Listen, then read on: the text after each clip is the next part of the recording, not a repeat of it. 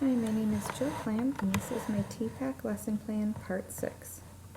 The purpose of my lesson is to introduce first grade students to Dr. Martin Luther King and to introduce them to words such as fairness, equality, and freedom, as well as their meanings. We'll start our discussion by reading a book called Martens Big Words.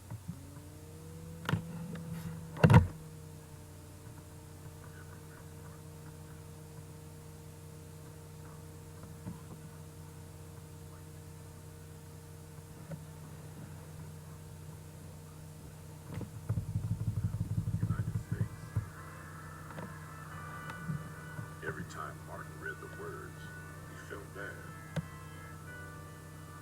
until he remembered what his mother told him. You are as good as anyone. We'll continue the story all the way through, reading all of Martin's Big Words. In the end, we'll end the book with a classroom discussion talking about what we learned, what new words we heard, and what we think they mean. We'll move on then to a YouTube video that is narrated by a 5-year-old little girl who is in kindergarten discussing Martin Luther King's life.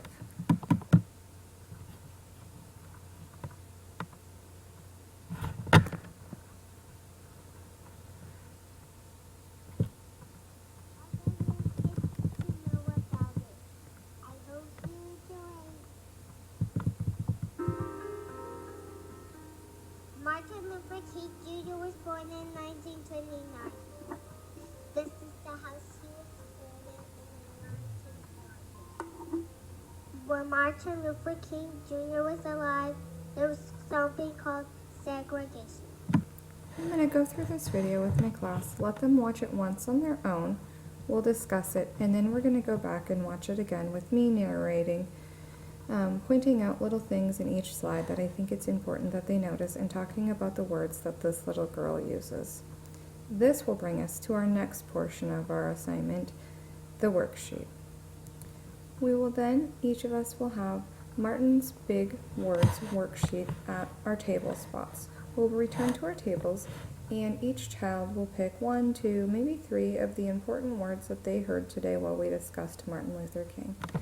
They will choose the words, they will write a sentence or two about each word they chose, and then further down on the page they will be given an opportunity to illustrate each word. This is important for those students that that struggle a little more with their writing abilities. They'll have a chance to use their art abilities to describe what they learned today. This will give me an indication if my lesson was successful or not when I go back and look at these.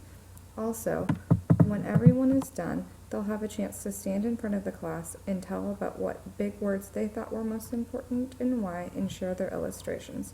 We will then go back and bind these into a book, and we will keep this book in our classroom library so we can always remember Martin's Big Words.